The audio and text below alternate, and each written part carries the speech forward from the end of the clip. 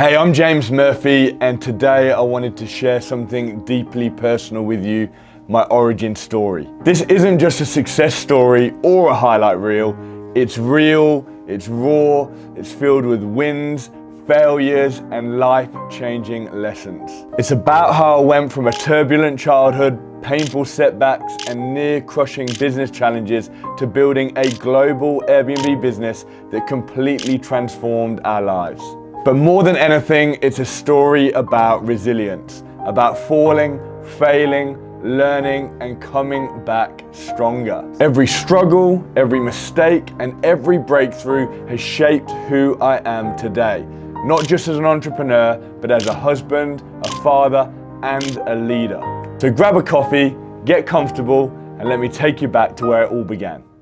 I was born in 1988 in the UK, and not long after I was born, my family moved to Perth, Australia. We settled in a quiet suburb called Subiaco. Life had a strange way of coming full circle because years later, after everything we've went through, the first property we ever secured in Australia was also in Subiaco. But back then, Subiaco wasn't the fancy upmarket place it is today. It was just a regular working class neighborhood. For me though, it became symbolic.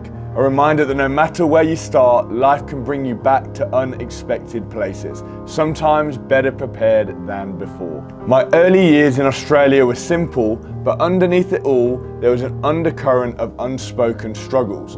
My family carried a dark shadow, the curse of alcohol. It's something I never understood as a child, but its effects shaped everything in my life, even when I couldn't see it. My grandfather was gripped by alcohol addiction for years. It was a demon he could never shake off. Eventually, the years of hard drinking took their toll and he died of kidney failure. His death shattered my family and forced us to leave Australia, pulling us back to the UK. I remember being so young, too young really to understand what was happening. But looking back now, I see how one man's battle with addiction could reshape the course of an entire family's future. Back in the UK, life wasn't magically better. My parents' marriage, already strained, fell apart completely. And that's when I started to notice something. My dad, much like his father, began to turn to alcohol. At first it was subtle, a few drinks after work, then more, and then what started as coping turned into dependence. He was unhappy in his marriage, trapped in a life that didn't reflect what he wanted, and alcohol became the escape, a temporary release from the weight of everyday struggles. I watched it happen, but I didn't know how to process it. My dad was actually a good father. He wasn't a bad man at all. He was just hurting, searching for something like so many people do when life feels unbearable. As I got older, I swore that I would be different. But that same curse, that same cycle came for me as well. By the time I was a teenager, alcohol became my escape too. I started drinking more than I should at too young an age. It made me feel confident, invincible, but also at the same time numb. Looking back, I can see how dangerously close I came to repeating the same destructive patterns that tore through my family for generations. My teenage years were complicated. I was lost, angry, and confused. I wanted control, but I couldn't find it. Life felt like it was happening to me and I was just reacting, lashing out and running from pain, and drowning my emotions in parties and fights. When I was 14, I tore my knee whilst competing in a karate competition, and it was a major injury. The doctors told me that I would never play sports again, that I would never run again, that I would never squat again, and that devastated me. Sports were the one thing that I thought I could be good at, but something about being told you can't triggered something rebellious inside of me. I pushed through the pain, ignored what the consultant doctor said, and made a full recovery. But my personal battles were just beginning. School became a daily fight. I got bullied for a period, not severely, but enough to crush my confidence. There was this group of kids that always seemed to target me, making me feel small, weak, and voiceless. When I hit year 10, I decided to switch schools and get out of that environment, determined to leave that version of myself behind. I made a promise to myself that I'd be different, tougher, louder, stronger, and I was, but I overcorrected. I went from being the quiet, insecure kid to somehow aggressive, hostile, and ready for a fight. I wasn't proud of it, but at the time it felt like survival. I got caught up, as it's so easy to do, in parties, drinking, and fights.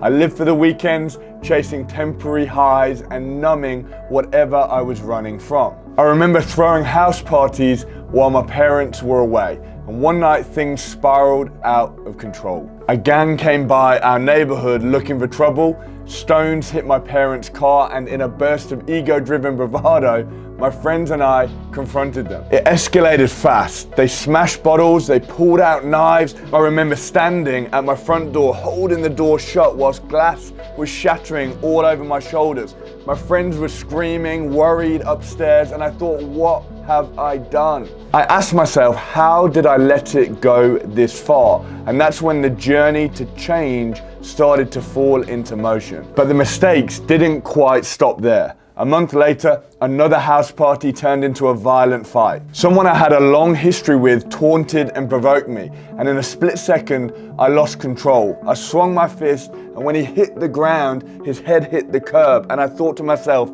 for 10, 20 seconds, have I killed this guy? For what felt like an eternity, I just stood there shaking.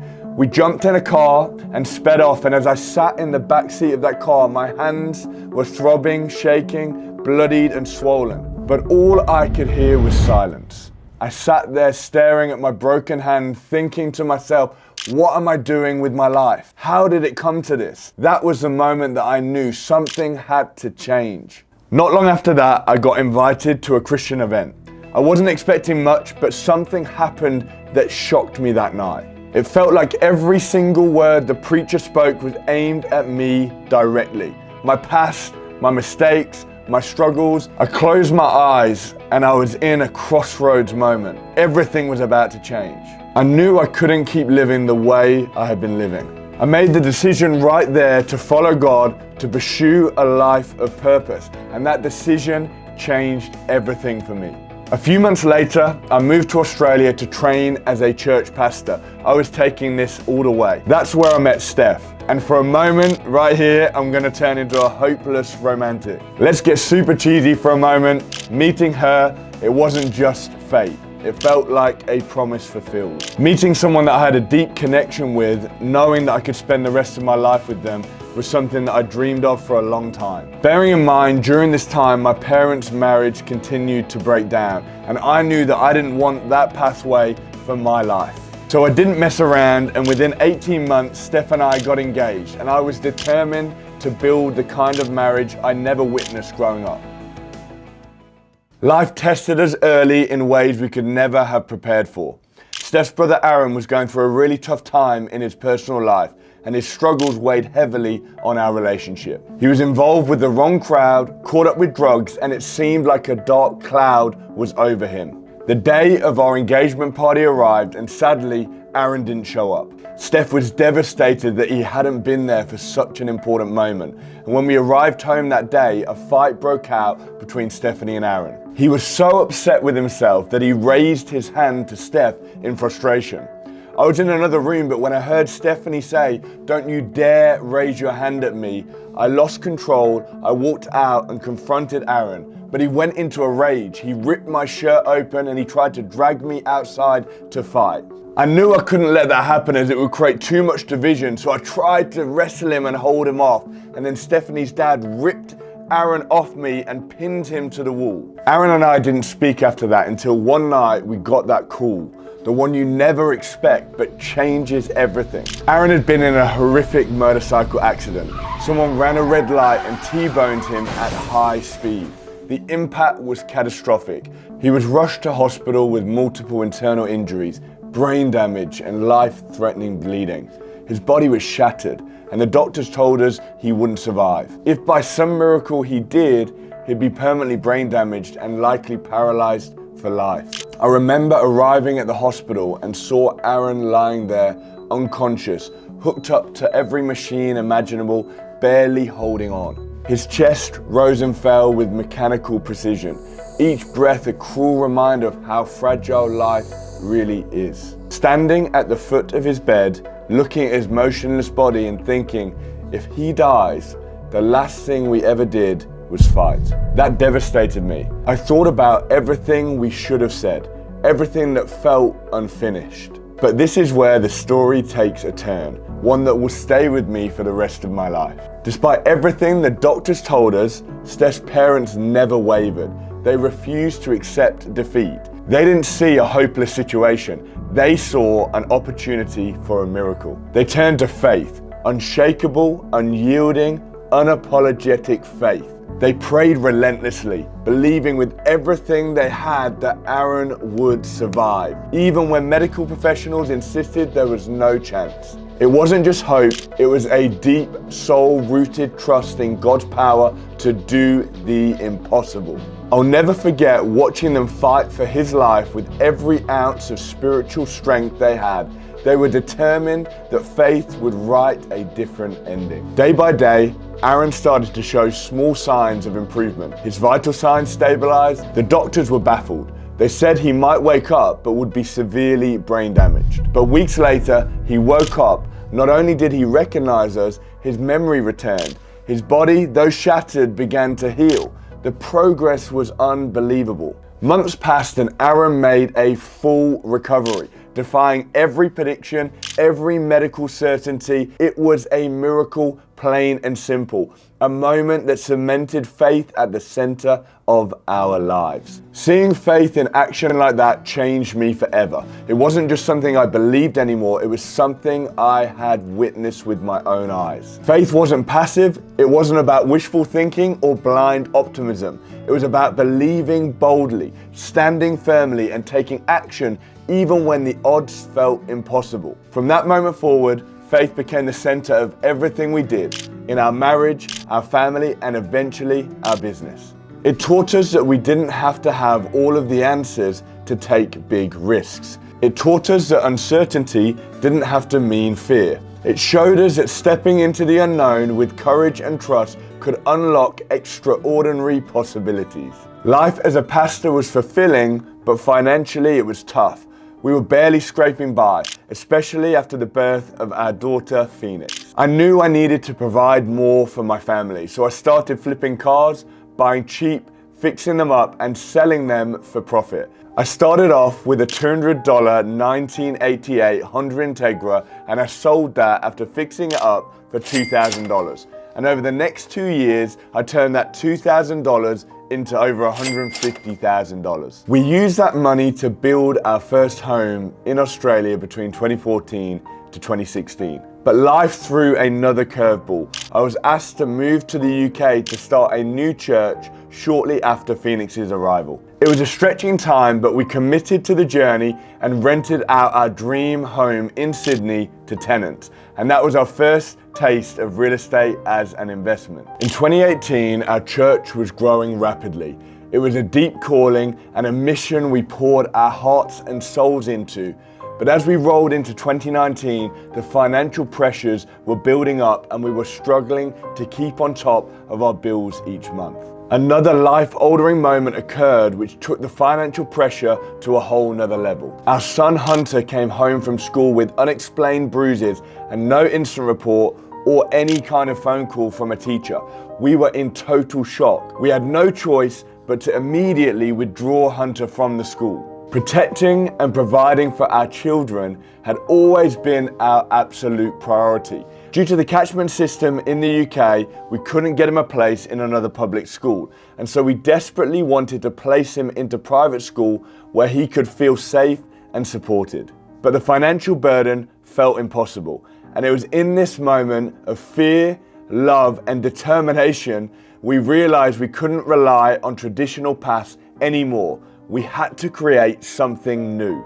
This is when we knew we had to start a business. We started exploring low-cost business startup options, and one day a friend told us about Airbnb arbitrage, also known as rent-to-rent. We were blown away by the concept that you could leverage properties that you don't own, legally sublet them, and make a profit by turning them into Airbnbs. As Steph and I were both passionate about real estate and Steph had an eye for design, it seemed like the perfect business with a relatively low barrier to entry. We started with $7,000 of our own savings and a $10,000 bank loan. We invested in Airbnb coaching, and Steph initially took the lead on the business as I was very busy with the church and working long hours. Our limited budget was enough to secure our first 2 properties. When we launched our Airbnb business, we didn't have experience or connections. We didn't come from money or have investors. We were scrappy, determined, and armed with faith. Starting with just 2 properties felt like jumping off a cliff. We poured everything we had into those first projects, trusting that God would open doors and that the hard work and integrity would be rewarded.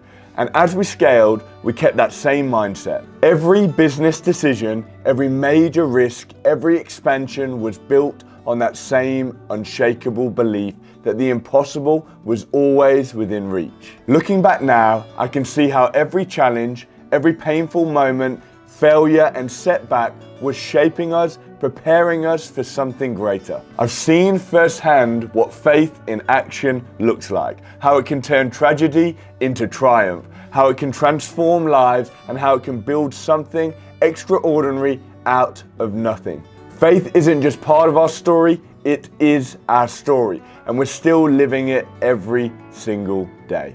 And when we saw that these 2 properties were cash flowing, we grew to 4 properties, and then we scaled up to 20 properties, and within 18 months, we were managing over 100 properties and generating millions in revenue. Then 2020 arrived and COVID hit, and the world changed overnight. Leading a church through a global pandemic while navigating lockdowns, uncertainty, and isolation felt completely overwhelming. We were carrying the weight of keeping faith alive in a fear-filled world, while trying to ensure the church survived and thrived in unprecedented times. At the same time, the Airbnb business was rapidly expanding, and to add even more to the complex equation, our 3rd child, Rika, was born. That was the moment when Steph stepped back from the day-to-day operations of the business to focus on raising our children, while I stepped fully into the driving seat of the business. Despite the financial struggles, walking away from full-time ministry was one of the hardest decisions I've ever made. Being a pastor was more than a job. It was a calling. I wrestled deeply with whether I was turning my back on my purpose by stepping full-time into business. But as Steph and I prayed and sought God's direction, I realized that God's calling wasn't ending, it was evolving. He was leading us into a marketplace to create opportunities, to help others, and to change lives through entrepreneurship. It was overwhelming, but also exactly where we were meant to be. As our Airbnb business grew, success came faster than we ever expected. What started with 2 properties in Sheffield quickly multiplied. By the end of 2021, we were managing 200 properties across multiple locations. It felt surreal. Our business had grown into a multi-million pound enterprise with over 100 staff and operating at a scale we could have only dreamed of when we first started. It changed the game for us entirely. For the first time, we could afford to have both of our children in the same private school, ensuring they received the best education possible. We could live in a beautiful home in the best part of town, and more than that, we unlocked freedom to work when we wanted from anywhere in the world. We began to travel regularly overseas, creating experiences we had only ever dreamed of. We walked the sun-kissed shores of Greece, marveled at the turquoise waters of the Maldives, explored the iconic streets of New York, and relaxed in luxury in Mauritius and Dubai. These weren't just trips, they were life experiences that reshaped our reality. Stephanie no longer worked because she had to, but because she wanted to. We indulged in culinary adventures at the world's best restaurants, enjoyed live music concerts by our favorite artists, and laughed until our sides hurt at comedy shows with premium seats reserved just for us. We even established a family tradition, attending the Formula One races together at Silverstone and Yas Marina, Abu Dhabi. Seeing the excitement in our children's eyes made those experiences priceless. But it went far beyond personal luxuries. We were finally able to give back in meaningful ways. We could clear debts for parents and siblings, lifting burdens they had carried for years. We helped build homes for families without roofs over their heads in India and sponsored children living in poverty in Africa, giving them hope for a brighter future. None of this would have been possible if we hadn't stepped outside of our comfort zone, taken risks, and made serious changes. Money doesn't buy happiness, but it creates options and unlocks opportunities. It gives you freedom to design your life, live your dreams, and create a lasting impact far beyond yourself. But here's the thing, success isn't just about wins. Growth can be exciting, but it can also expose cracks in the foundations if you aren't prepared. Looking back, I realized that while we were focused on expansion, we weren't always focused on stability. We faced several hurdles, rising operational costs, increasing market competition, and some tough economic downturns. On top of that, we made a few key investment decisions that didn't pan out the way that we had hoped. These weren't minor setbacks. They were make or break moments that pushed us to the edge. By early 2022, it became clear that continuing along the same path wasn't sustainable. The business was still profitable, but we were operating far too close to the edge. Margins were getting squeezed, and our own systems couldn't keep up with the scale we'd achieved so rapidly. We had two choices: keep pushing forward and risk losing everything, or hit pause, regroup, and rebuild the business from the ground up the right way. We chose the latter. It was one of the hardest decisions we've ever made, but it was also one of the most important. We decided to rebrand and relaunch the business in 2022. We essentially closed the book on what the company had been and started fresh. And this time we were armed with the hard-earned lessons from the journey. Here's something people don't talk about enough: failure. So many entrepreneurs tried to hide their failures, pretending like every step of the journey was smooth and effortless. But that's not real, and it's certainly not my story. Failure is real, it's raw, it's uncomfortable, but it's also one of the most valuable teachers you'll ever have. Our business battles left me with scars, but I wear them with pride. They're invaluable because they're a constant reminder of where we've been and how far we've come. We rebuilt, we learned how to scale the right way, protect margins, and maximize profits. We learned to harness risk while safeguarding opportunity. Those lessons shaped the framework we now teach, building business with profitability, scalability, systems, and time and location freedom at the heart of it all.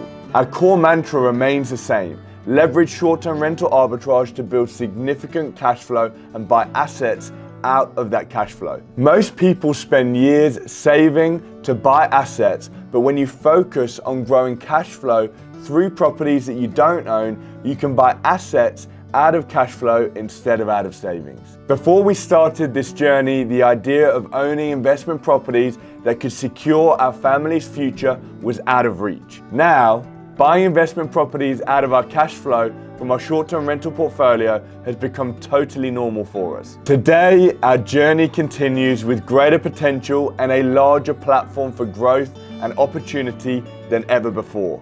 We are still expanding steadily, sustainably, and intentionally. We built strong portfolios in the UK, the USA, the Middle East, and Australia. But I've never believed in teaching others without staying on the front lines myself. We push the boundaries of the short-term rental industry every day, innovating, learning, and refining how we maximize success. Not just for ourselves, but for every person we have the privilege of supporting on their wealth-building journey. Most importantly, we've built a life that allows us to be fully present for our kids, travel the world, and create lasting impact, not just through our business, but by empowering others to build theirs. That's what this journey has always been about.